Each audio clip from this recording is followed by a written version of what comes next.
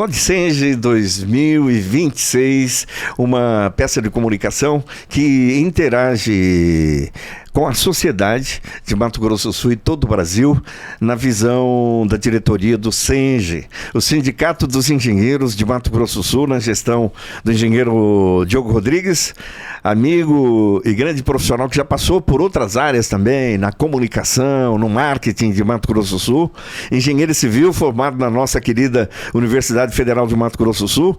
E nesta edição, nós temos o prazer de trazer aqui neste PodSenge 2026, a presidente do CREA, o Conselho Regional de Engenheiros, a Vânia Mello, e também a sua diretora financeira, Rochelle Carnaval. Como vai, Vânia Mello? Tudo bom? Tudo. Boa tarde, Diogo, boa tarde, Rochelle, aqui conosco. Um prazer estarmos aqui, falar um pouquinho do nosso CREA. São 2 mandatos aí, né, Vânia Mello? 2. Muita ação, assim, considerada institucional, né? Numa sociedade polarizada, numa sociedade, às vezes que nas políticas, até a nível internacional, às vezes o populismo cai em determinados momentos e desestabiliza, né, as instituições, as relações institucionais construídas no mundo acadêmico, na interação com a classe política, na interação com a classe e com as instituições governamentais. Nós estamos num momento assim que o mundo está estremecendo aí, né, de populismo, né? Sim, muito extremista, né? Muito. E aí o papel de instituições é fundamental no conhecimento, na tradição e no respeito, não é, Vânia? Com certeza.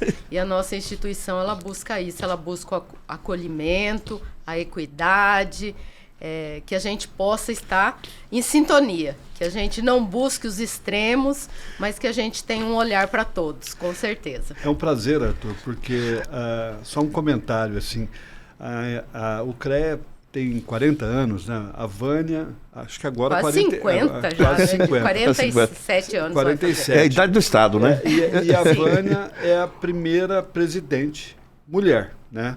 Estou aqui do lado da Rochelle e a Vânia. É um prazer, porque é um universo masculino, o universo da engenharia. Eu tenho uma amiga lá, a Maria da Glória, que é sua amiga de vocês também, que ela, quando resolveu fazer engenharia, ela foi para o Rio de Janeiro, ela era a única aluna da engenharia. Né? Então, hoje você entra numa sala de aula e você se depara com pelo menos 30% são mulheres. Né? Quer dizer, o mundo ele vem providenciando essa mudança de forma natural. As mulheres vêm assumindo posições e os espaços, né? Então, é um prazer ter a Vânia. Diogo, e a nossa última pesquisa do Confeia, ele mostra que esse número de meninas, né, adentrando nos cursos da engenharia, da agronomia e das geociências, ele está numa crescente. Olha que interessante, hein? Eu que venho do jornalismo esportivo, também um mundo super do mundo masculino, machista em algumas situações, enfim. Nos últimos 15 anos aproximadamente, as mulheres chegando no jornalismo esportivo, as mulheres chegando na arbitragem de futebol, que é um espaço muitíssimo interessante e polêmico, não é? E que bom, né? Vocês na engenharia. A Rochelle Carnaval participa da diretoria do CREA, MS, está lá do lado da Vânia, enfim, uma experiência muito bacana aí, Rochelle. Boa tarde a todos. Eu tenho acompanhado a Vânia. Boa tarde, bom dia, boa noite. O pessoal tá ligado 24 horas nesse podcast aqui, tá? Isso. Eu tenho um imenso prazer e posso dizer que eu acompanho a Vânia desde a primeira candidatura dela, né?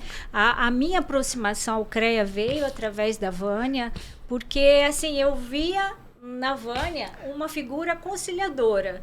E aí eu falei assim, vou acompanhar a Vânia. E aí a Vânia me trouxe ao CREA através do Programa Mulher, né, MS, que é um programa do Conselho Federal com as suas representatividades. Esse ano faço parte do conselho do CREA e também a convite da nossa presidente. Eu componho agora a diretoria, né, junto com ela, e eu sou muito feliz por isso. Essa área que você administra também, ela tem um impacto masculino muito forte, né? A administração, a economia, finanças, né? Naturalmente essas áreas sempre foram muito, né, masculinas, né, pela própria constituição da sociedade há muito tempo. Mas as mulheres, elas vêm ganhando um espaço muito significativo, né? Como a Vânia já falou, o espaço das meninas ingressantes nos cursos, o espaço das mulheres como mão de obra da construção civil também é importante a gente, né, reafirmar aqui, ele vem crescendo cada vez mais. Eu estive há pouco tempo num evento da própria empresa, né, uma das maiores empresas que a gente tem no estado, a Plaenge, junto com o Senai Escola da Construção, fazendo cursos de formação de mão de obra feminina. Porque esse é um campo que está se abrindo para mulheres que antes ficavam somente com a criação dos filhos em casa, e elas estão descobrindo a área da construção civil como uma nova profissão, e eu fiquei surpresa com a quantidade de mulheres, não só jovens, mas como mulheres, né, mais adultas, fazendo curso. Sim. E eu fiquei muito feliz. Muito interessante esse programa. E só para acrescentar, não por opção, mas o CREA, o setor financeiro, é totalmente feminino. É verdade. As nossas contadoras, a nossa... gerente, todo o setor financeiro do CREA, sim, e foi através de concurso, não é escolha, é totalmente feminino. Interessante. Vânia Mello, olha, qual que é a grande importância do conselho? E aí nós estamos falando para a sociedade, a gente fala para a engenharia, e o SENGE, o Sindicato dos Engenheiros aí, né, tendo o Diogo à frente, estabeleceu uma pauta com as futuras gerações, né? Os novos engenheiros, essa juventude que tá em formação nas escolas de engenharia do Estado. Aparentemente, é aquela, né, às vezes fica aquele olhar do CREA como uma entidade que realiza eventos, eventualmente, os congressos e tal, e que o profissional paga ali a carteirinha, né? A sua carteirinha de 5 anos, 3 em 3 anos, enfim, não sei qual que é a periodicidade, mas o papel é muito intenso e muito importante do Conselho, não é? Sim. Na nossa gestão, a gente deu um olhar, né, junto com o SENGE, que a gente sempre trabalhou junto, essa questão do jovem profissional. Retomamos o nosso CREA Júnior, né, para que a gente possa trazer esses jovens para estarem mais próximos. Então, nós temos as nossas sessões plenárias todos os meses, e os acadêmicos são convidados a irem, a conhecer um pouco mais do nosso conselho, das nossas profissões. E também nós estamos indo às universidades. Então, a nossa equipe técnica leva palestra, leva informação. Então, a gente tem envolvido esses jovens para participarem, porque é eles que vão estar levando essa informação, porque hoje a comunicação e a tecnologia está na mão deles, né? Então, são eles que estão disseminando essas informações. Eu acho que hoje isso se tornou mais aberto para os antigos profissionais através dos novos, levando essa informação do sistema. E eu acho que o Diogo tem mais a acrescentar, até porque tem um programa interessante, né, Diogo, no SENGE. O Diogo acompanhou muito os antigos dirigentes e também convive com os grandes arquitetos, os contemporâneos e do passado. As obras aí estão a serem contempladas, né, Diogo? O Diogo gosta de dizer que o CREA é o grande guardião, né, da profissão, né, Diogo? Eu acompanhei as duas gestões da Vânia, que é um efeito social, assim, que você não sabe de quando começou isso, mas os conselhos, em geral, sofrem isso, né? Porque o conselho, ele regulamenta a profissão, mas ele sofre também porque o conselho ele cobra e fiscaliza, né? Quer dizer, ninguém gosta de ser cobrado e ninguém gosta de ser fiscalizado. Então, eu vi a Vânia e o sindicato tem trabalhado isso com a Rochelle mesmo lá na UCDB. Nós fizemos várias palestras, verdade. quebrando essa, porque o cara, às vezes, Arthur, ele sai da faculdade já com essa impressão, né? Ele já tem alguma coisa contra uma entidade que ele nunca pisou lá dentro. É uma coisa assim, um efeito que eu não sei de onde vem isso. É a tal da fofoca, né? Então, isso é histórico, né? É histórico. Fake news. Eu achei Mente coletiva. Sim. Mente coletiva. Eu achei que a Vânia quebrou bastante isso, sabe? É difícil você... O ótimo está sempre distante da gente, né? Mas eu acho que a mulher tem esse poder de, né, acolhimento, né? Que a gente... o conselho, ele não é um bicho-papão. O conselho, ele tem que existir porque uma profissão E, que não... na verdade, ele é para nos proteger, Exatamente. né, Diogo? Ele é para nos proteger. Uma profissão que não é regulamentada não tem valor nenhum. Qualquer um pode adentrar, exercer a tua profissão. Agora, a engenharia é uma profissão, né, de elite, né? Arthur, e desde o primeiro ano de mandato, nós procuramos mudar um pouco essa característica, essa impressão de que o Conselho ele é um órgão fiscalizador e punitivo. Nós sempre buscamos mostrar que o CREA tornou-se um conselho acolhedor. E a gente sempre trouxe o profissional que começava a reclamar nos grupos, que tinham essas demandas. Eu os convidava para vir até o CREA, numa reunião comigo, e a gente mostrava o que é o CREA. Mostrava qual o papel da fiscalização, que, na verdade, quando um fiscal está em trabalho na rua, ele está garantindo para o profissional, para o engenheiro, para o agrônomo, o geocientista, que aquela área é dele e não é de um leigo. Então, eles começaram a entender isso, tanto é que hoje a maior demanda nossa de fiscalização vem dos profissionais, principalmente do interior. Quando a fiscalização vem, porque aí os leigos saem de cena e aí começa a contratação dos profissionais para poderem fazer as regularizações. Na tua argumentação, cabe agora, nesse momento, no papel fiscalizador, uma reflexão para esse momento de instabilidade pluviométrica.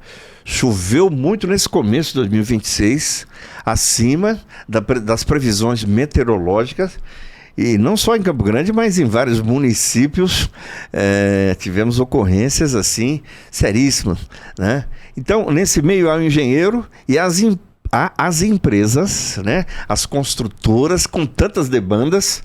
Há poucos dias o prefeito de Porto Murtinho aqui, só Porto Murtinho na rota bioceânica, pediu socorro pro Diogo na licitação aí de um pacotaço de obras, né? Ou seja, o conselho olha também não só pelo profissional da engenharia, mas uma responsabilidade na homologação de muitas obras públicas aí, né, Vânia? Sim, a responsabilidade nossa não é só do profissional, é das empresas que estão, né, entrando no estado, fazendo essas atividades aqui. E também nós temos o nosso olhar enquanto conselho, contribuindo com a sociedade, que no caso aqui é a nossa especialista, que se tornou esse ano, é a Rochelle, nesse olhar de mostrar para a sociedade os impactos que foi essas questões da pavimentação aqui em Campo Grande.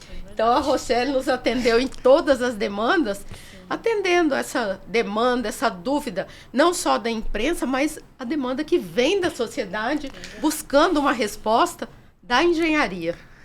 E lá vocês lidam com o resultado, as obras já estão, impactos do momento presente, e que às vezes remete vocês muito àquele trabalho, aquele projeto, aquele planejamento anterior lá da esfera pública e com a engenharia junto, não é?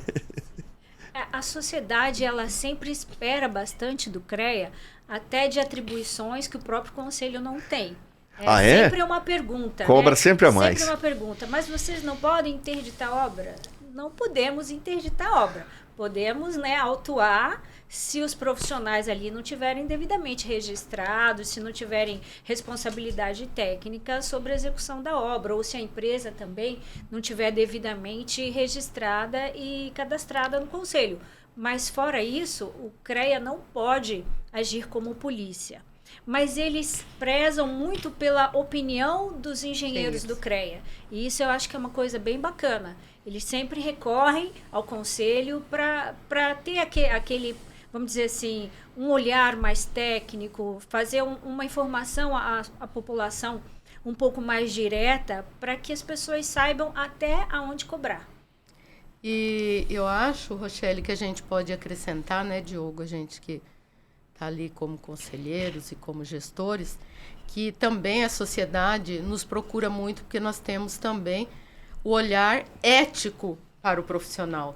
Então, além da questão técnica, a gente também olha se o profissional está agindo com ética, porque às vezes ele é todo qualificado, tem toda a capacitação, mas ele não tem a ética. E aí cabe também a nós a apuração do procedimento ético dele enquanto profissional.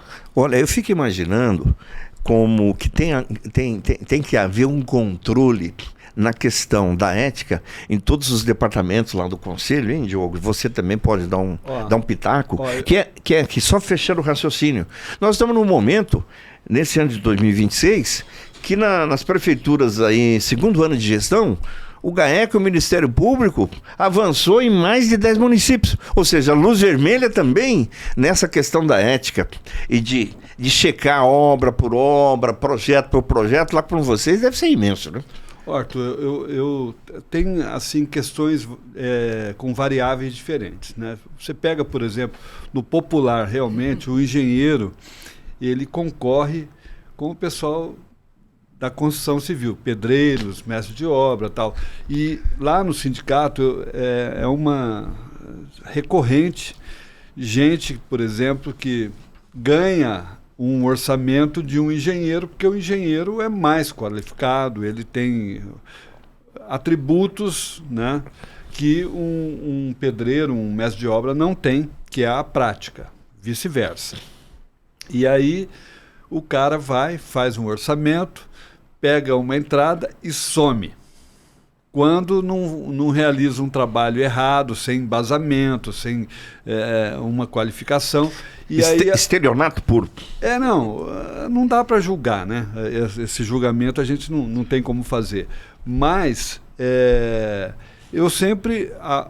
o que eu acho que deve ser feito é você recomendar que se contrate um profissional, como a Vânia está falando. Agora, na questão de política, naquela entrevista que houve aqui com o Marcelo Miglioli, e ele falou que isso é um processo que vem, a lei das licitações vem mudando, é um negócio histórico, né? Isso aí é bem difícil. A Lava Jato foi né, dizimou as grandes empresas no país. Ao mesmo tempo que levantou a questão de corrupção, né, através da engenharia, acabou com empresas. Meus filhos mais velhos moram nos Estados Unidos. Esses tempos, o meu filho falou assim: pai, como é que é o nome daquela empresa grande que estava sendo acionada aí na Lava Jato? Eu falei, Odebrecht? Ele falou, ela estava fazendo uma rotatória com 36 alças lá em Miami. Um negócio assim, uma empresa brasileira, né, uma coisa assim científica, uma coisa, né, de primeiro mundo nos Estados Unidos. Então, a engenharia ela está no cotidiano da população. Então a gente tem que ter essa responsabilidade que está a Vânia está vencendo o segundo mandato, porque realmente é uma responsabilidade, né? Era só para formar o raciocínio, né? Quando eu levantei, ela falou da questão da ética, e aí a sociedade, nós aqui, estamos acompanhando isso que eu acabei de pontuar, ao ponto de uma empresa em secretarias de obra, o GAECO localizou a mesma ação criminal e que dá trabalho para todas as outras autoridades que são éticas e sérias, o modus operandi em terrenos, o modus operandi em bonito e assim ia. Quer dizer, até economizou para o GAECO, porque era o mesmo modus operandi em vários municípios, né? E, Arthur, o CREA ele tem participação, porque a polícia envolve o CREA no processo. Então, nós temos acesso, passamos as informações, todas as informações, a parte documental, o CREA, e a partir disso também, dependendo da análise, é aberto um processo ético também, que caminha dentro do Conselho em todas as esferas. Agora, o Diogo trouxe para esse podcast hoje essa visão da explosão de desenvolvimento, e aí a engenharia é o principal cabedal, que vem junto com aquilo que os economistas, que os grandes investidores nacionais e internacionais aportaram no Mato Grosso do Sul, aí na questão da rota da celulose, na rota bioceânica, um cabedal imenso e lista de obras, e com isso, nesse desenvolvimento todo, o Diogo traz aqui essas pontas de recordes de desenvolvimento como nunca antes, como isso reflete lá nas demandas aí dos 79 municípios aí.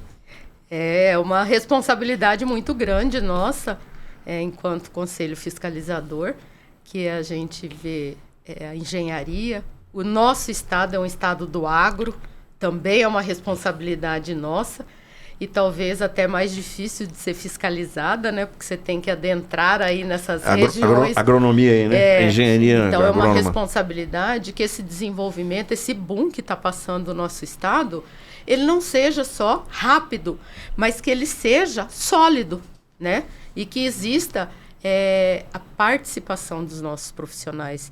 E que a gente vem buscando muito, Arthur, também, qualificar, trazer capacitação para os nossos profissionais, para que nesse momento em que grandes empresas vêm, que os nossos profissionais também estejam capacitados e qualificados para concorrer de igual com esses profissionais que são demandados talvez de outros estados.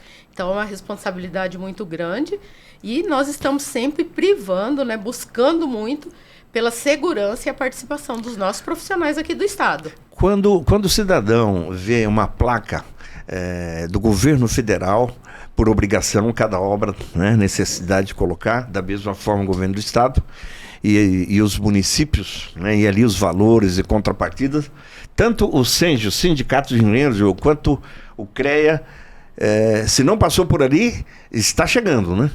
Sim, não. Por obrigação ou não? Como é que é? Se começou pelo CREA, ele passou. Ele tem que ter, dependendo do período, um registro da empresa, os responsáveis técnicos, a RT de todas as etapas. Sim, então, sim. Isso tudo acontece.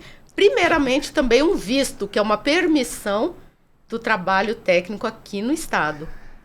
Daí a obrigatoriedade até a assinatura na placa vai em nome dos profissionais, né? Sim, todos os responsáveis. Isso faz parte da fiscalização do CREA. Essa é a nossa fiscalização. A parte documental. Né? Assim, só comentando, quem é mato-grossense, né, e viu o processo da divisão do estado, esse momento no estado realmente é um momento que eu classifico como o melhor momento de infraestrutura, né? Que é a implantação de indústrias poderosas, grandes aqui no estado, implantação de infraestrutura, que a gente é uma questão que o Brasil, né, esses tempos eu tive uma informação que as BRs do Brasil, elas têm um percentual de BRs que estão consolidadas de 13%. Eu quase caí para trás, né, porque os Estados Unidos têm quase 90%, né, tudo bem que é um país, né, mais rico, tal, não sei o quê, mas a gente precisa caminhar muito a nossa infraestrutura. O nosso estado é pequeno, mas ele é bem localizado, né? Assim, ele faz divisa com 5 estados, mais 2 países. Nós precisamos desse momento da infraestrutura. Está bem no coração aqui, do mapa, né, da América do Sul, né?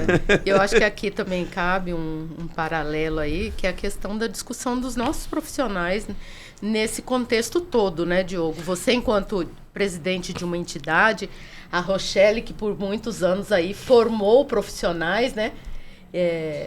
Por muitos anos, professora, e eu acho que a gente tem que sempre estar trazendo à tona a discussão dessa formação, desses profissionais que nós estamos entregando para esse estado neste momento. Olha, isso é tão importante, porque nos remete a esse debate que está no Congresso e na grande imprensa brasileira. Veja que a advocacia foi tão questionada, as escolas aí há mais ou menos uns 15, 10 anos, a advocacia corrigiu naquele momento, a OAB, né, a Ordem dos Advogados e as escolas do direito. Neste momento aí também há um debate imenso na qualidade de vida do país, nas questões relativas às escolas de medicina, né? Quer dizer, e por terceiro, estamos agora contigo e com o Diogo colocando a importância desse trabalho das instituições na questão da engenharia, que está no dia a dia, como as questões do direito, como as questões da saúde, e nem sempre às vezes o cidadão para olhar, né, ao redor, que é a engenharia que organizou o espaço para ele trafegar, né? Com certeza. A engenharia está em tudo, né? A engenharia Aqui, está né? em tudo, né? Aqui, Segundo o nosso professor Aoki, eu sempre lembro dele, ele ainda é, que ele é vivo, um grande perito, né? Ele é um grande especialista em desastres, né? Em grandes obras, e ele falou, ele fez uma definição de engenharia que eu achei fantástica. Ele falou assim, me explicando, né? Rochelle, tudo que Deus não criou, a engenharia fez. Eu não Ele tinha ouvido resumiu essa- Eu achei ótimo. Ele falou, tudo que Deus naturalmente não criou para nós, né? A engenharia veio e construiu. Olha só. Até o foguete da NASA Exato. agora. É. Tudo que a gente tem uma engenharia envolvida, né? Olha, esse PodSenge 2026, com o apoio do CREA-MS e da Mútua, é muito bom interagir com a nossa sociedade sul-mato-grossense e brasileira, vários aspectos do cotidiano da nossa engenharia sul-mato-grossense. Ô Diogo, vou deixar a pergunta para a Vânia. Nesta preocupação do SENGE, você e a sua diretoria lá no sindicato, no acolhimento e no encaminhamento para os jovens engenheiros, e que venham bastante mulheres aí nesse meio, né, da nossa engenharia, né? Estão Sim. vindo. Tem uma preocupação, a Vânia é muito amiga do atual Vinícius, atual presidente do Conselho Federal.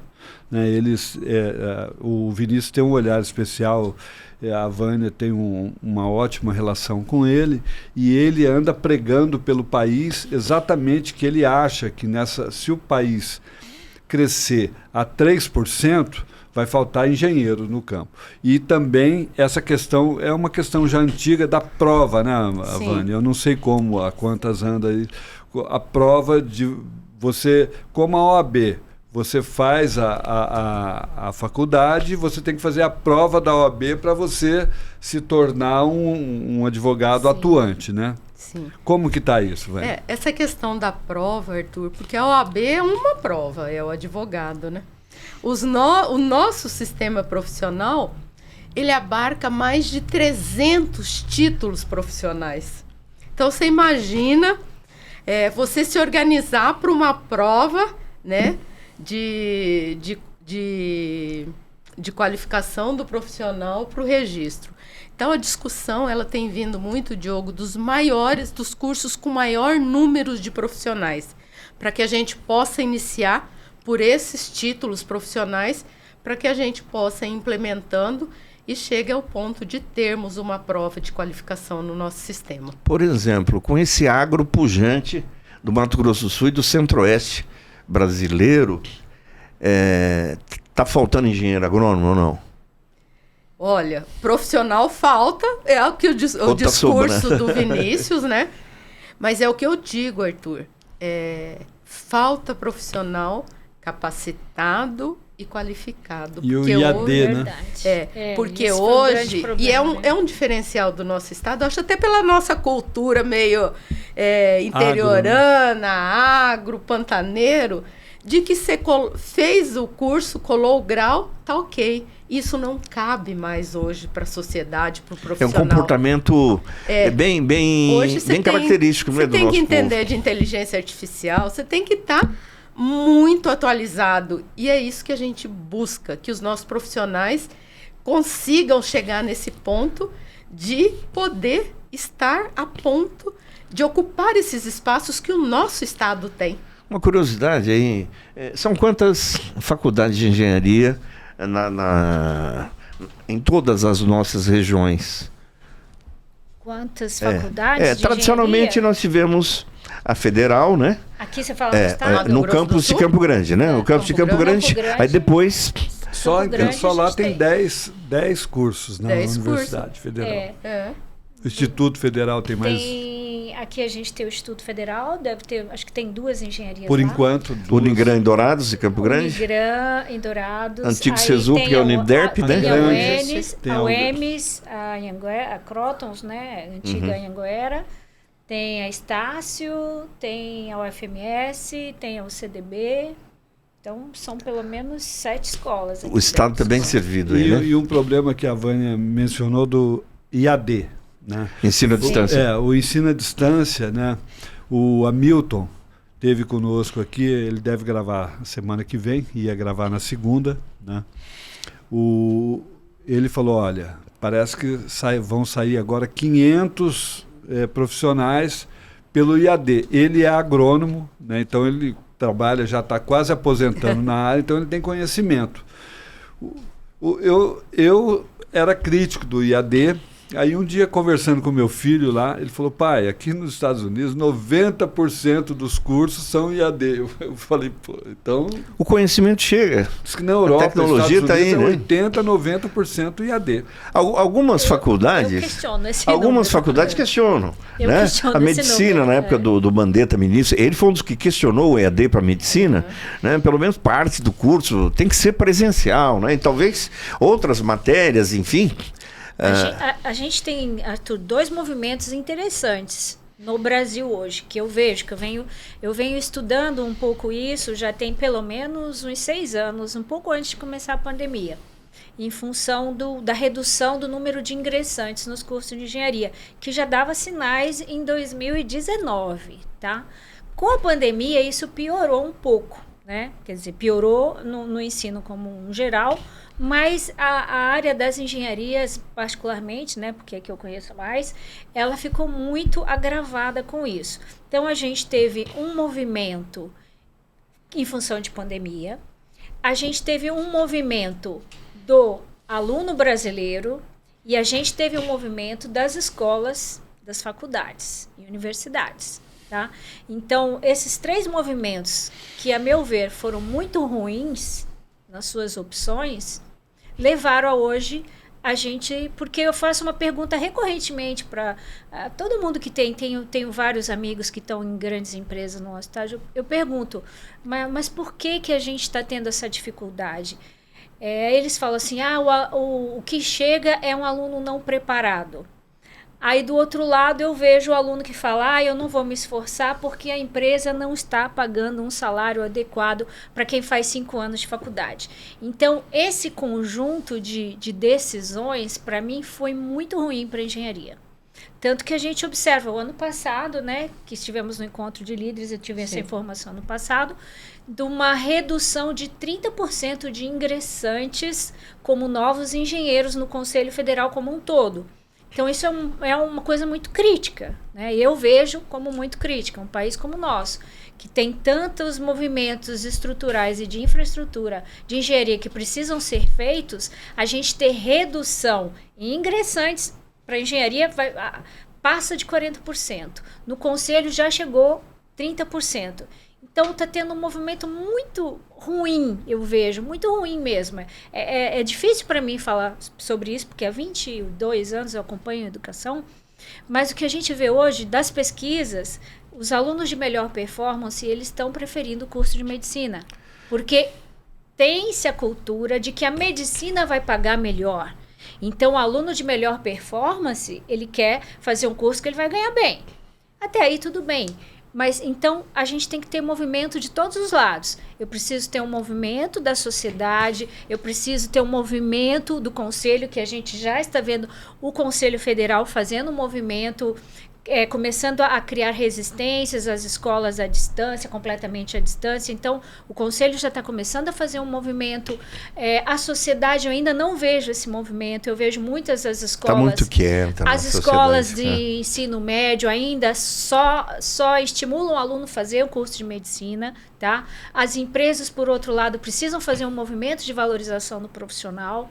Então, precisa ter tudo isso para a gente recuperar é o que a Vânia falou.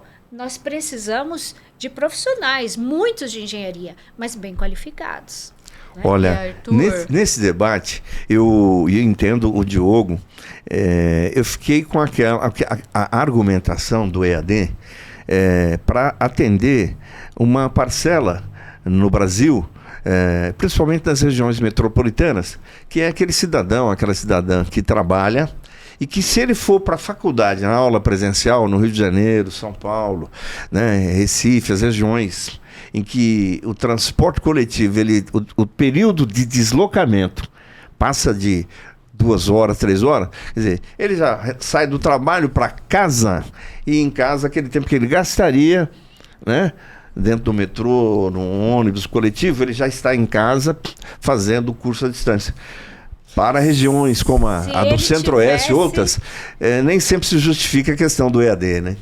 Mas eu acho que isso seria muito válido se ele tivesse uma postura de um estudante à distância. A gente não tem essa característica. Eu acho que esse é o problema. Não temos essa característica para o brasileiro. A minha experiência de 2 anos e meio no EAD era: o aluno ligava o vídeo e ia deitar, ia dormir. Respondia a presença no final da aula. Essa experiência é minha, pessoal, tá? Como professora, tá? E isso é a grande realidade. Claro que, assim, era um debate muito grande que eu tinha com o pessoal do EAD. Rochelle, você não acredita? Eu falo, acredito quando o aluno tem uma postura de estudante. Quando ele não tem, não adianta nem presencial, nem EAD para ele. E o EAD não mudou a minha ideia, ao contrário, reforçou a minha ideia. E é cascuda, né? E é um debate ruim, porque existe todo um movimento, a inteligência artificial, os mecanismos, as metodologias. E o resultado que eu tenho hoje?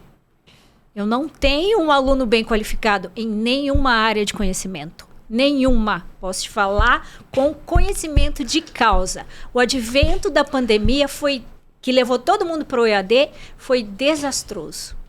Então, a gente tem profissionais de todas as áreas com nível de formação desastroso. Todo mundo Isso quer. Isso foi o resultado do último ENAD da medicina. Sim. Inúmeras escolas com nota 2. O desejo do ganho financeiro em torno da formação é maior do que a dedicação ao curso, à matéria.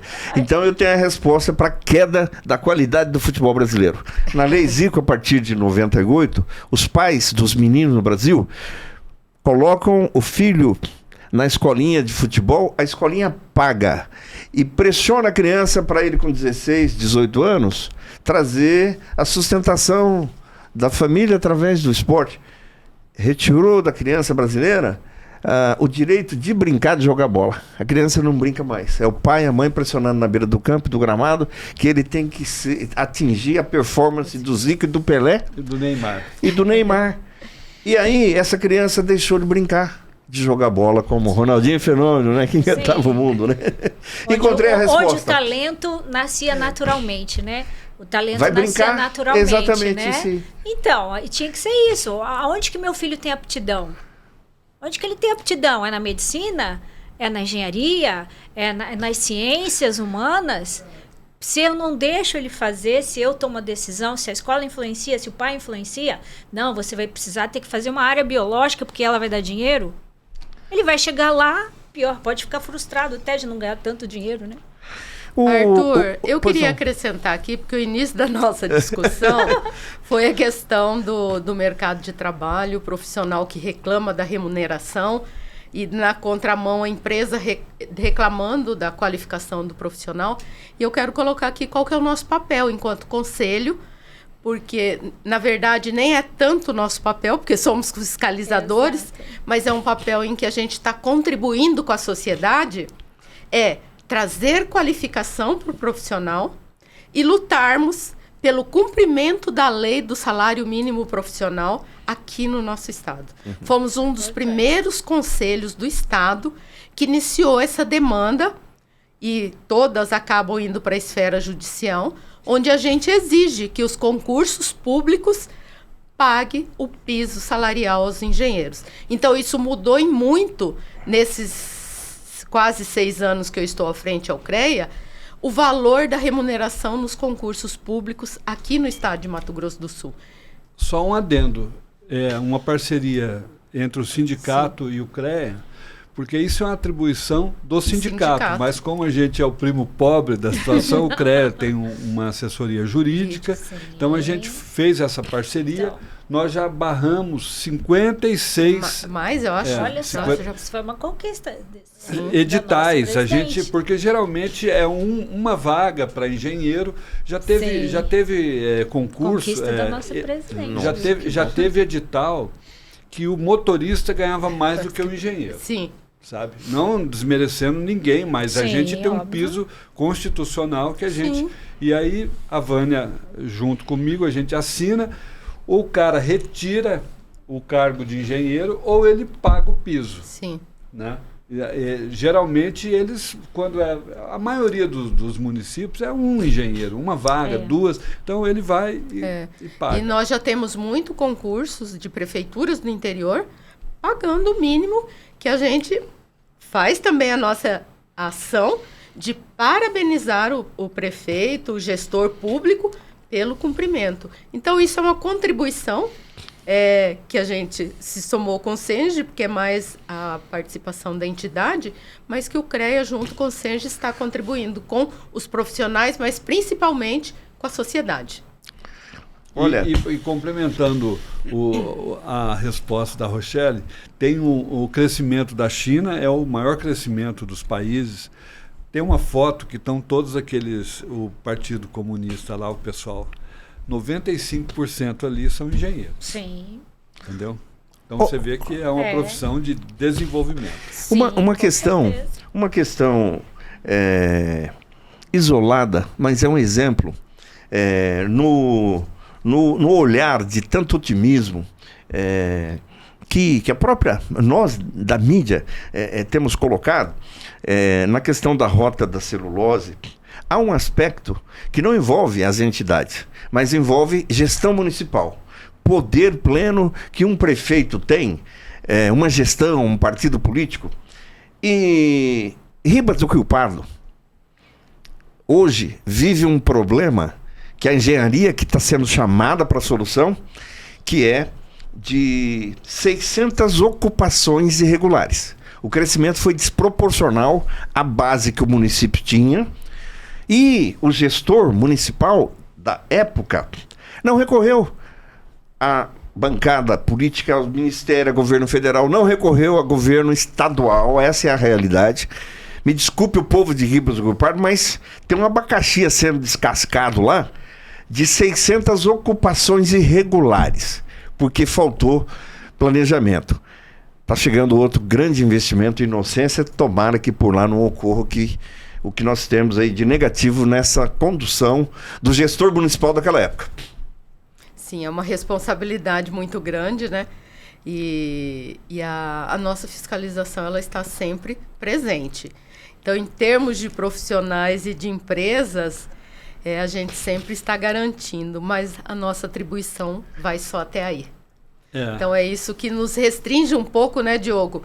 Enquanto conselho fiscalizador, que foi o que a Rochelle falou, que nós não temos o poder de polícia. Isso é uma questão bem local, né? É de Câmara de Vereadores, principalmente, olha, né? Eu vou fazer um comentário assim, porque eu tenho conhecimento disso. O prefeito atual de Ribas, ele é um engenheiro civil, o Robertson, né? E está voando lá, junto com a Suzano, as coisas estão acontecendo, junto com a GESUL, o governo do estado, a coisa está rolando para o bem da população. Só que a administração anterior não é tomar partido, mas era uma administração de partido do PSOL, né? Então eles têm essa inclusive a política de ocupação. Exatamente. E o prefeito me chamou, porque eu sou especialista em restauração de patrimônio. Ele me chamou para restaurar a estação ferroviária do município de Rio Pardo, porque deve estar tendo a relicitação do trem. Aí eu cheguei lá, tinha 5 famílias morando na estação ferroviária. Aí eu falei para ele, olha, não dá, porque esse povo vai entrar na justiça. Ele falou, cara, eu que cedi para eles aqui. Então são questões assim pontuais. Que né? não é notícia, inclusive, mas a gente está sabendo. Não querendo... mas faz parte da política. Por isso que a gente não pode enveredar pelo caminho partidário. A gente tem que ir... Pelo caminho político, não técnico, partidário. Vânia, a instituição CREA e a outra grande entidade que permeia esse país todo, Brasilzão, aí, o CONFEA, está lançando uma novidade, gostaria que você comentasse, que é a plataforma InfraBR, é isso? Sim. Foi lançada semana passada, né? E até nós vamos ter, convido a todos que estiverem nos assistindo, Diogo, que nos ajude, Rochelle. Nós teremos sexta-feira na nossa sessão plenária, o responsável técnico por toda a gestão dessa plataforma estará conosco na nossa plenária, vim falar um pouquinho para nós sobre essa plataforma que está aí, para trazer um produto para que nós, enquanto conselho, enquanto entidades, enquanto instituições de ensino dos estados, podemos oferecer para a sociedade e para os gestores públicos. Então, essa qualificação ela vai vir para o conselho e a gente levar para o gestor público essas informações para que eles possam tomar decisões. E até eu peguei os dados aqui, ó. Essa plataforma, o InfraBR, ele está aglomerando 26 fontes públicas, dados públicos, 67 indicadores e são 1.809 cálculos possíveis de serem feitos através dessa plataforma. E nós temos os eixos que estão disponíveis hoje para o gestor poder analisar, que é o de energia, mobilidade, água, meio ambiente e saneamento básico. Então, é uma grande ferramenta que está à disposição nossa, dos conselhos, para que a gente possa divulgar e levar para a gestão pública, para a população. Então, isso aí é uma ação do nosso presidente Vinícius, né, que tem um olhar bem à frente do nosso sistema. É um diferencial que a gente pode entregar para a sociedade além da fiscalização. Muito bom. A gente está caminhando para o encerramento e eu não poderia deixar de pautar hoje aqui a notícia que mais repercute em Campo Grande, na capital do estado, hoje, é uma obra de engenharia, uma obra emblemática, que é um estádio de futebol, um grande cartão postal que mexeu com a alma do povo de Campo Grande e até do interior em décadas passadas. Uma obra de 55 anos do grande arquiteto Ciríaco Maimone, do governo Pedrocian, no antigo Mato Grosso. 1968, projeto, a execução em 3 anos, inaugurada em 1971 com Flamengo e Corinthians, num jogo amistoso. É uma obra que mexe com a alma do campograndense, de todos os quadrantes, a paixão nacional, futebol. E parecia um elefante branco. A sociedade se mobilizou, teve um protesto aí de 300 desportistas no ano de 2015, né? Queremos o Morenão de volta. A universidade fez algumas obras parcialmente falando, o Ministério Público liberou parcialmente o estádio, mas há 4, 5 anos praticamente abandonado. E agora há uma retomada em que nós estamos contemplando a reitoria da universidade, com a burocracia do Ministério da Educação e a vontade política do governador do estado para assumir uma gestão de um espaço tão emblemático. E em 2028 o governador pode, pela parceria, o contrato de 35 anos, ele pode chamar uma PPP para que o setor privado venha também dar uma contribuição para que aquela obra de engenharia, de arquitetura, não fique como o Coliseu de Roma, né? Só para passeio turístico. Vai ter utilidade, hein? Que bom, né? Muito. A expectativa da sociedade toda, né, é muito grande. E é um símbolo para nós, né, para as nossas profissões. E a expectativa é grande de que a gente possa ter novamente a ocupação daquele espaço. Olha, e que a engenharia, né, conversando lá com os arquitetos, seja tão criativa, né, porque não pode ser um elefante branco, né, com tantas atividades e empreendedorismo para ocupar aquele espaço todo nos 7 dias da semana, né, Diogo? Quando eu cheguei aqui em Campo Grande, eu sou de Três Lagoas, a cidade,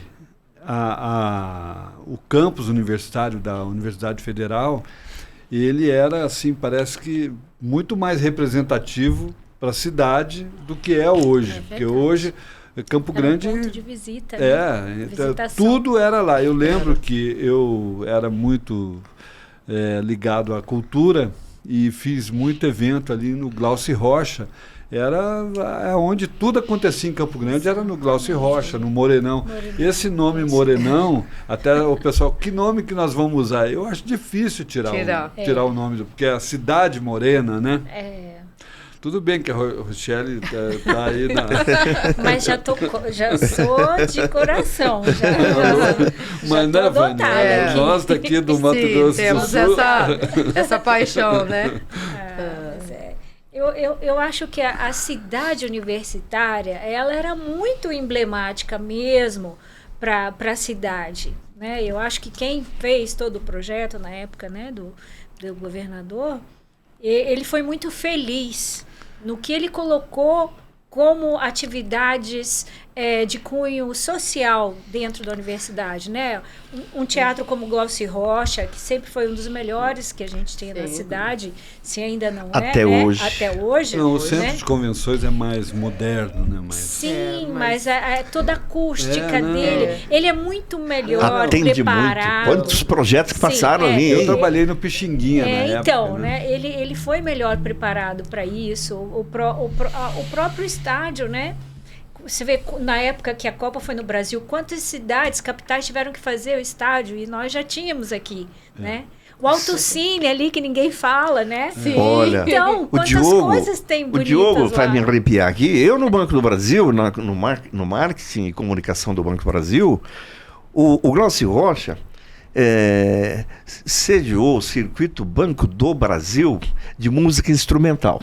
Você imaginar lá na década de 90, o governo Itamar Franco, uma semana Campo Grande, receber ali no Glaucio Altamiro Carrilho, Wagner Tiso, Arthur Moreira Lima, Borghetinho, os instrumentistas de norte a sul, de leste a oeste, os grandes nomes de instrumentais. Nossa, eu era empresário do Almir Sater, né? O Almir também. Olha, então, né?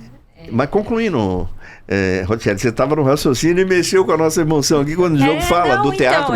Tem mais o Autocine, né? Sim, tem o Autocine, né? Que era usado, acho que hoje nem está mais em... Olha. Ou seja, era muito a cara do Campo Grandense, né? Então acho que precisa ser resgatado mesmo. A reitoria, ela ficou muito na faculdade, nos cursos, e esqueceu do redor. Foi esquecendo do Morenão, foi esquecendo do pedalinho para as crianças, quando o turista e as famílias levavam as crianças lá no lago, né? Com segurança, tem que tomar todo cuidado, porque ali tem cobra sucuri, tem jacaré, enfim. Mas os arquitetos e engenheiros planejaram e no começo, lá no Lago do Amor, funcionava tudo isso. Sim, né? Sim. É isso que eu falei, a cidade, com relação ao campus, a cidade era pequena, né? Campo Grande cresceu muito, né? Apareceram outros campos, né? Quando nós fizemos trabalho junto com a Rochelle lá na UCDB, eu fiquei impressionado com o tamanho que é aquela faculdade também, né? É um outro marco na cidade também. Né? A própria Uniderp também, do Pedro Chaves, ali, do professor Pedro. A simbologia do redondo, né? Quando foi feito, né? Então Campo Grande cresceu a passos enormes, né? Mas isso não pode ficar esquecido. Não. Né? O que eu falo, né? O planejamento urbano, a urbanização é boa, mas leva a alguns problemas, né? E é isso que a gente está vendo. Olha, para fechar, Rochelle E Vânia, a engenharia no país, neste Brasilzão de nosso Deus imenso, de culturas, de tradições, de ritmos diferenciados, nós somos um continente, mas vocês atuam dentro do manual do CONFER, do Conselho Federal, enfim. Como é ser CREA no Mato Grosso do Sul, fazer, através do SENGE, a atuação profissional e mantendo esse manual de funcionamento. Claro, há as diferenças culturais, mas há um padrão profissional que as escolas colocam e formam todos vocês, engenheiras e engenheiros. Como hein? É desafio, é desafiador, mas como o Diogo disse, nós temos um apoio muito grande do nosso Conselho Federal, que tem um olhar muito atento e muito carinhoso com as regionais, então isso nos dá uma segurança. E o que a gente tem de importante, diante de toda essa legislação que nos cabe cumprir, é o trabalho voluntário que vem dos nossos conselheiros. A Rochelle é uma conselheira, o SENGE tem os seus representantes.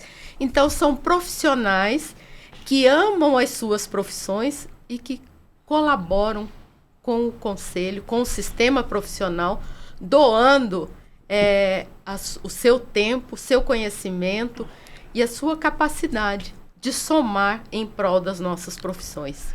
E você, fechando 2 gestões, 6 anos à frente do CREA-MS, qual foi o maior aprendizado profissional e na sua vida pessoal também, Vânia? O que fica de legado aí, hein?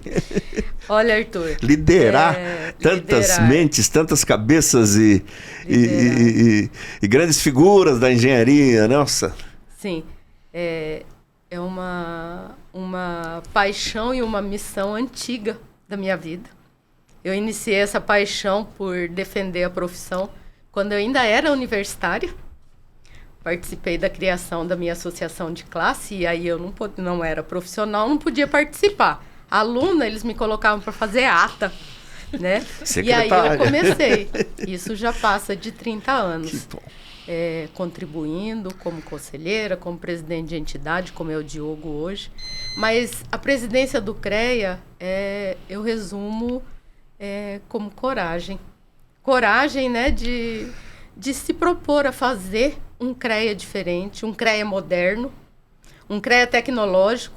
Vou entregar, em dezembro agora, um CREA 100% digital, que o profissional, de onde ele estiver, ele pode acessar os serviços do CREA, ele pode conversar com as nosso atendimento, inteligência artificial funcionando 24 horas para atender o profissional. Então, hoje nós estamos deixando um CREA moderno, capacitado e que realmente atende os nossos profissionais aqui de Mato Grosso do Sul. Isso, eu saio com a sensação de missão cumprida, de que fizemos o melhor pelo nosso CREA. E lógico que essa paixão ela não termina, né? Porque encerra o mandato. Eu tenho comigo que não ocupo mais cargos. Já passei por todos os cargos que poderia contribuir com o sistema aqui no estado. E a minha contribuição agora continua, mas fora de cargo. Então, tem outras pessoas para virem e para dar a sua contribuição. Então, eu termino satisfeita e realizada com o trabalho que eu me propus. E foi um trabalho desafiador, porque, Arthur, nesses 47 anos, né, que o CREA tem, eu fui a primeira mulher candidata, primeira mulher eleita e primeira mulher reeleita. Então, isso é uma missão e um carinho muito grande para eu levar comigo, que abrir caminhos para que outras mulheres também saibam que esse espaço está aberto para todas poderem participar e contribuir. Olha, muito bacana, hein? E precisamos no Brasil, a nível de instituições, valorizar muito, hein, Diogo, esse acúmulo de experiências, como na cultura americana. Lá eles são educados, né?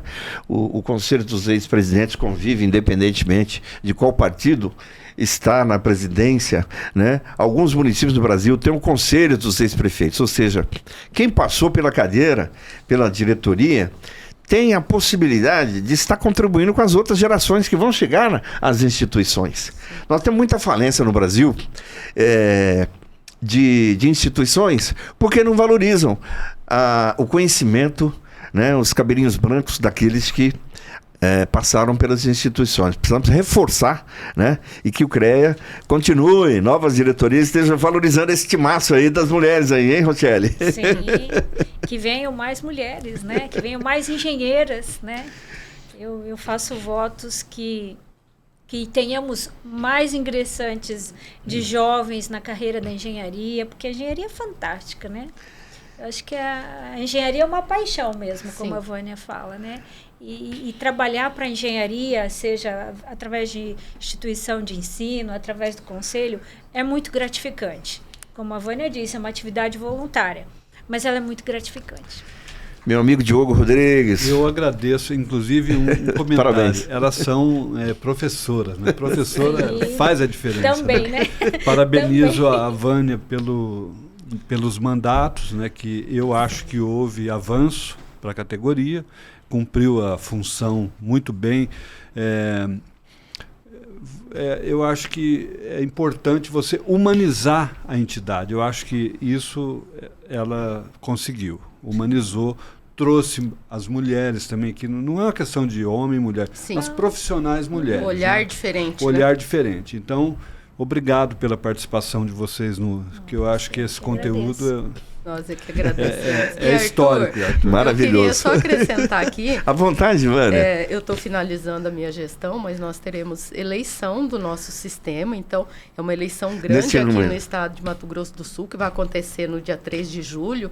Então, que os profissionais possam participar. É importante que o novo gestor do CREA, ele tenha a vontade da maioria dos profissionais. Isso é importante.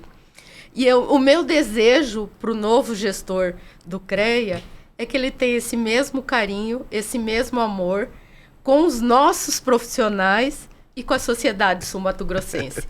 Porque quando a gente coloca amor, coloca carinho, a coisa flui. Muito bom, muito bom, muito bom. Olha, com a equipe da Talk, né?